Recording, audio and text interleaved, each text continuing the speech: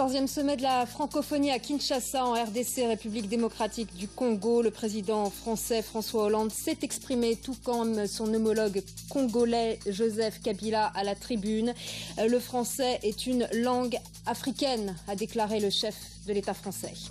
Le Conseil de sécurité, les priorités du président François Hollande, qui veut faire de la francophonie un outil au service du développement. Discours prononcé lors du 14e sommet de la francophonie.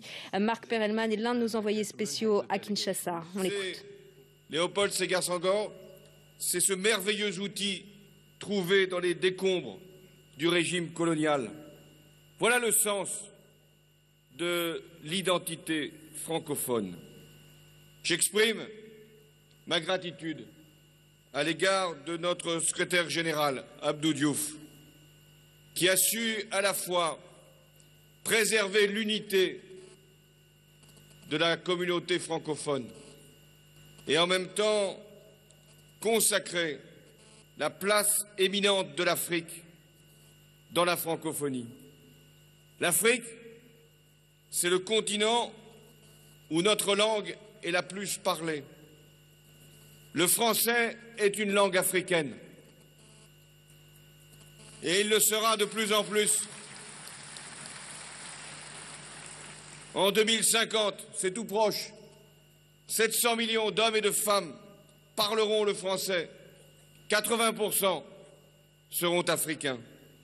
L'avenir de la francophonie, il est ici, en Afrique. C'est vous qui allez porter le français, ses valeurs, et en même temps ses exigences. La francophonie, c'est une belle et grande idée. Elle ne se vit pas comme un conservatoire, comme un musée, où nous aurions à protéger notre bien, notre richesse, notre langue. Non, la francophonie n'a peur de rien. C'est un espace de rayonnement, c'est la promotion de valeurs, c'est aussi l'ouverture, l'échange économique, social, culturel. C'est enfin un lien entre les générations, parce qu'il n'y a pas plus beau projet pour la francophonie que de servir la jeunesse, cette jeunesse qui va parler, elle aussi, en français. Je suis venu ici, à Kinshasa, pour ce sommet, afin de vous proposer, amis francophones, une ambition commune, autour de 4 grandes priorités. La première, c'est de multiplier les échanges dans l'espace francophone, entre les jeunes, entre les étudiants, les enseignants, les chercheurs, les artistes, les créateurs. Et la France doit montrer l'exemple. Il y a trop d'obstacles qui sont mis sur la route de celles et ceux qui veulent montrer leur talent dans l'espace francophone, apporter leur contribution, venir étudier ou chercher. La France, donc, a réalisé des efforts pour améliorer cette situation à travers des visas de circulation désormais valables sur plusieurs années. Mais il y a encore trop de freins. Et c'est pourquoi je veux que les étudiants francophones puissent circuler plus facilement et que les artistes puissent également être accueillis partout dans l'espace francophone.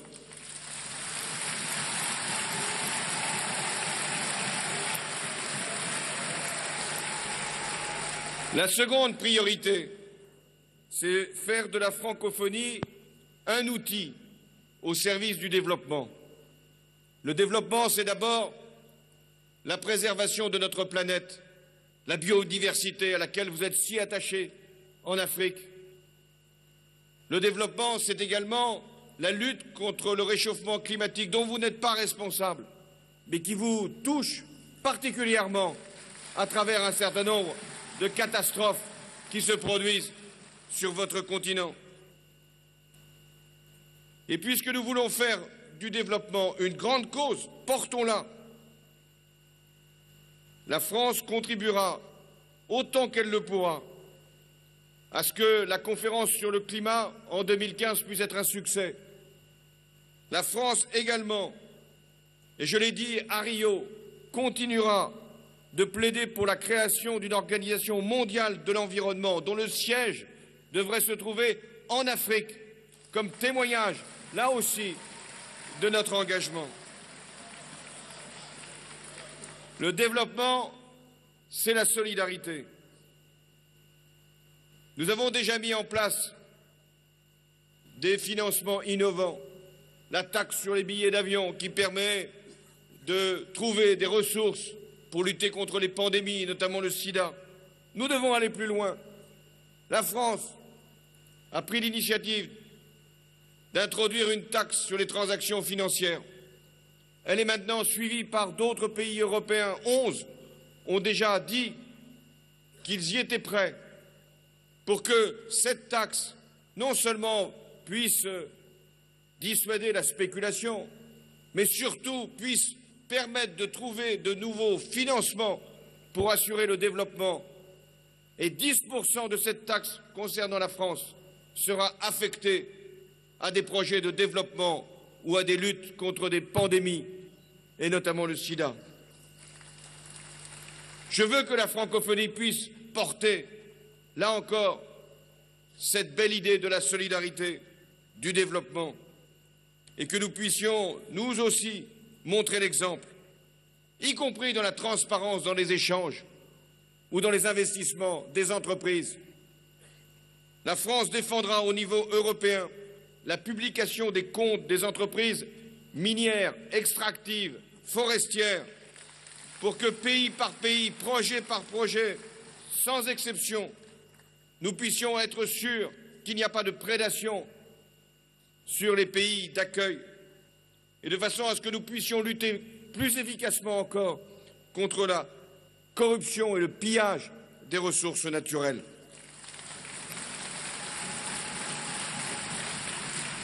La troisième priorité que nous devons porter ensemble, les francophones, c'est de contribuer au règlement des crises. Chaque fois que nous sommes concernés, et notamment ici en Afrique, ici, à Kinshasa, je pense aux populations des Kivu, victimes de conflits à répétition. Je pense à ces populations civiles massacrées, à ces femmes violentées, à ces enfants enrôlés. Oui, nous devons, et je le fais à cette tribune, réaffirmer que les frontières de la RDC sont intangibles et qu'elles doivent être respectées.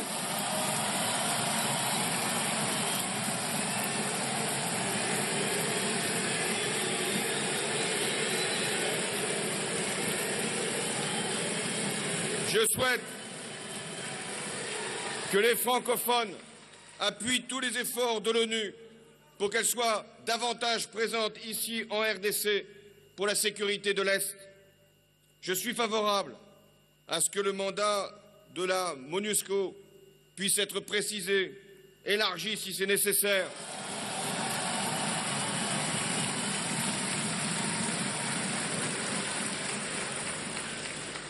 Mais je ne pense pas qu'à ce seul conflit, à cette seule épreuve.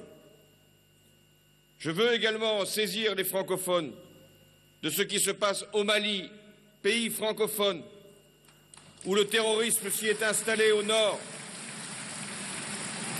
où il occupe un territoire, où il met des populations en danger, où il saccage des monuments pourtant inscrits au patrimoine de l'humanité. Nous devons affirmer notre détermination, là encore, à lutter contre le terrorisme et à assurer au Mali l'intégrité de son territoire.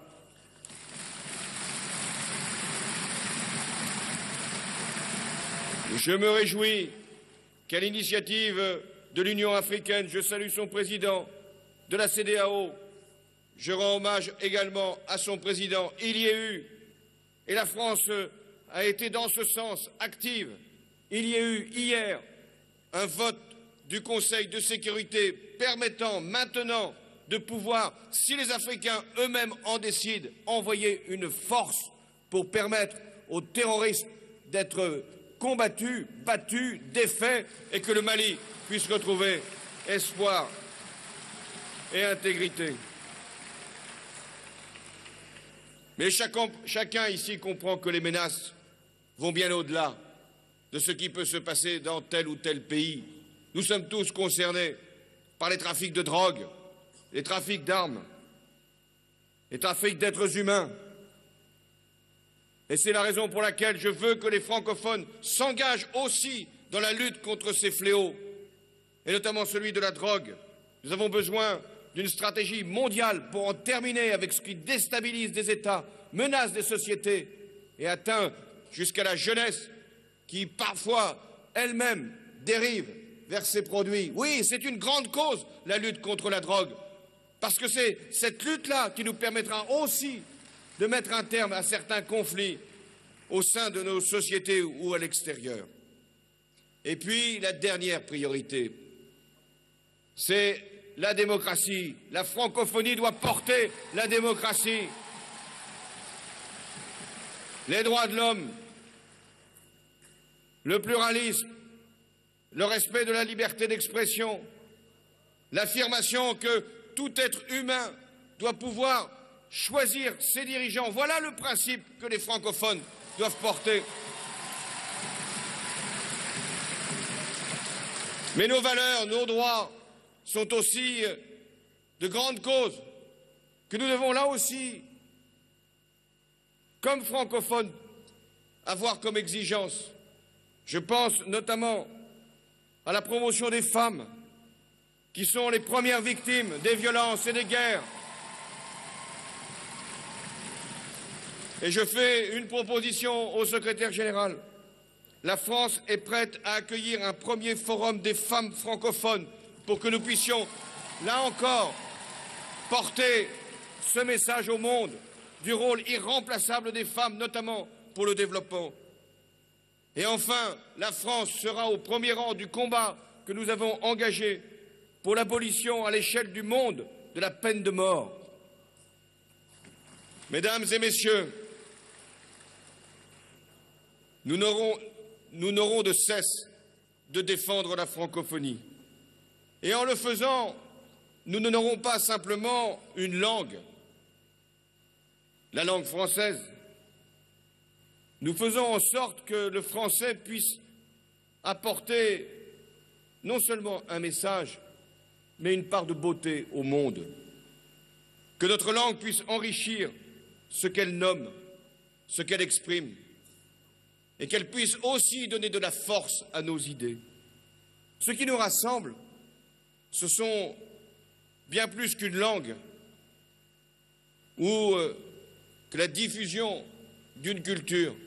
Ce qui nous rassemble, c'est d'abord des principes qui doivent être autre chose que des mots, mais des actes. En parlant le français, nous faisons entendre une voix précieuse, utile, différente à l'humanité. Parce que nous, francophones, nous refusons l'uniformité, nous voulons la diversité et nous exprimons la liberté. Comme francophones, nous n'avons peur de rien, nous ne redoutons rien et nous acceptons parfaitement que nos enfants acquièrent l'usage d'autres langues, et c'est bien qu'il en soit ainsi, parce que la jeunesse doit parler plusieurs langues, mais aussi le français. N'oublions jamais le français. Avec la francophonie, nous affirmons une conception du monde, une volonté de développement, une exigence culturelle. Le français n'appartient pas à la France, il vous appartient, il est à vous. Nous ne vous le donnons pas, nous le partageons, car le plus beau cadeau que vous pouvez nous faire à nous, Français, c'est de parler le français. La francophonie, c'est une solidarité entre nous, mais qui va au-delà de nous. La francophonie, c'est une responsabilité, celle d'éduquer, de former, de transmettre, de cultiver. La francophonie, c'est une communauté, certes, qui a été fondée par l'histoire, mais qui s'élargit chaque jour davantage à mesure qu'il y a des pays qui nous rejoignent dans l'espace francophone. Ces observateurs qui viennent regarder pour ensuite parler. Et puis tous ces nouveaux locuteurs, nombreux, qui, en parlant le français, veulent aussi adresser un message de confiance dans ce que nous représentons. Telle est la belle ambition de la francophonie, mettre une langue, le français, au service du monde et de la liberté. Merci.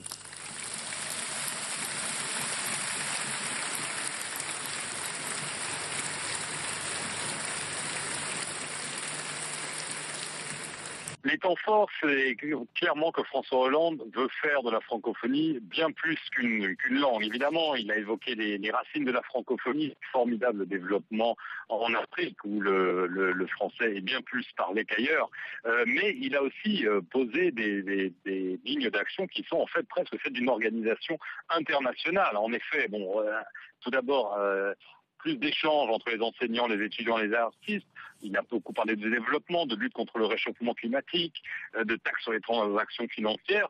Surtout, il a parlé du règlement des crises en évoquant les deux crises majeures qui secouent le continent africain, à savoir le Mali, en rappelant que c'est aux Africains dorénavant, après le vote d'une résolution au Conseil de sécurité de l'ONU, d'agir, de se mettre en ordre pour une intervention militaire, mais aussi évidemment, et ça a été salué par le public, au Palais du Peuple ici, la situation en RDC, en affirmant qu'il pensait aux populations des Kivu et que les frontières de la République démocratique du Congo sont intangibles.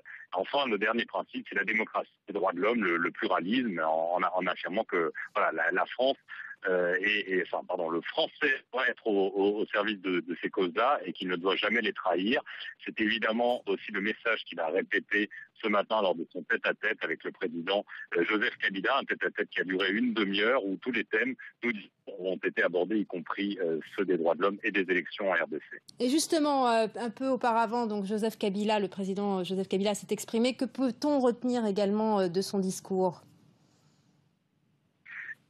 Il faut retenir aussi, il a véhiculé ce message d'humanisme, de valeurs, de démocratie, de droits de l'homme, mais il a aussi abordé, ce qui prouve que ce sommet de la francophonie est aussi une sorte de forum diplomatique, la situation dans l'Est du pays, en affirmant que des forces négatives, je le cite, avaient entrepris une guerre, c'était une guerre imposée sur le Congo, et qu'il fallait y mettre fin, en affirmant surtout que toutes les options sont sur la table, à savoir politique, diplomatique, il y a des efforts au niveau régionaux et au niveau de l'ONU pour tenter de trouver une solution diplomatique, mais aussi militaire. Donc clairement, le climat de ce point de vue-là est lourd. Ici à Kinshasa, cette crise dans l'Est du pays pèse sur toutes les conversations, sur les déclarations, puisqu'on vient de le voir, et le président congolais et le président français y ont fait référence. Merci. Il en a cité 4, le président François Hollande. D'abord, que la francophonie soit un outil d'échange entre étudiants, entre enseignants, entre artistes, en affirmant que la France devait faire plus, accorder plus de visas, plus de facilités de voyage à des artistes francophones. Et il a rappelé, évidemment, dans son propos introductif, que le français est avant tout une langue africaine, que l'avenir du français est en Afrique. L'autre thème, c'est le développement, c'est-à-dire que François Hollande présente la francophonie comme une sorte de mini-organisation internationale qui doit aussi se dédier à des questions comme le réchauffement climatique, comme les taxes sur les transactions financières qui doivent se diriger vers le développement. Et enfin, évidemment, en plus des crises, qu'il faut absolument résoudre, comme le Mali et la RDC. Il a parlé de la démocratie, des droits de l'homme, de ces valeurs que le français doit véhiculer, car en effet, il affirme que le français n'est pas seulement un musée, un conservatoire, mais que c'est aussi un véhicule de valeurs et que la démocratie y compte, évidemment, dans un pays, la RDC, où la démocratie est encore en chantier. Devant la communauté française de Dakar, François Hollande s'est réjoui de cette décision. Il y a eu cet acte très important, décisif même, à travers cette résolution, de dire maintenant aux Africains, la CEDEAO, l'Union africaine, à vous parce que c'est vous qui allez décider de l'opération, de l'intervention. Parce qu'il en est fini, que ce soit la France ou d'autres qui agissent à la place. Ce sont les Africains qui vont en décider. Le chef de l'État a précisé que la France offrirait une aide logistique, mais a écarté tout déploiement de troupes militaires. Ce n'est qu'à l'issue des 45 jours, une fois qu'il y aura un accord sur un plan d'intervention précis, que le Conseil de sécurité pourra alors donner son feu vert avec une deuxième résolution. Le déploiement des troupes prendra alors plusieurs mois. Le sommet de la francophonie se tient donc à Kinshasa, en République démocratique du Congo, l'un des pays les plus francophones au monde. Alors que représente la francophonie et la langue française pour les Congolais? Reportage. C'est par le fleuve Congo que la langue française a pénétré ce qui devait devenir la République démocratique du Congo, sous l'impulsion du roi des Belges, Léopold II, qui avait fait de ce pays, au prix de 1000 souffrances, sa propriété privée. Le français est resté en partage. Au théâtre de Verdure, les enfants des écoles de Kinshasa assistent à une comédie musicale chantée à 90% en français. Je crois que c'est une arme, mais une arme positive. Ouais. Tant que c'est une ouverture pour le monde, une porte par laquelle le Congo peut s'exprimer au monde. Le rappeur Lexus Légal est au cœur de ce projet. Mais cette langue lui laisse parfois un goût d'amertume à l'âme. Je trouve que le français est une belle langue, mais malheureusement la politique derrière ne suit pas. Et pour le Congo, deuxième pays francophone quand même, je crois qu'on aurait mérité mieux, même en termes de traitement. Mais malheureusement, ce n'est pas le cas. On ne forme pas réellement ce qu'on appelle une famille, tout ça c'est de la façade. Langue du colonisateur, devenue langue officielle, langue de l'enseignement, le français est toujours la langue du pouvoir, des lois et du savoir. Mais la rue, c'est prendre sa revanche. À défaut de l'apprivoiser totalement, il a engrossé, il a pris sa part de pouvoir là-dedans, comme il l'entend. Et il la parle comme il veut. Et non plus selon les termes de la grammaire de Grévis ou de je ne sais pas qui, mais selon sa propre interprétation, ses propres inventions, son propre génie. L'appropriation est réelle, la créolisation est en marche, et si seulement 30% des Quinois parlent couramment le français, une très large majorité le comprend.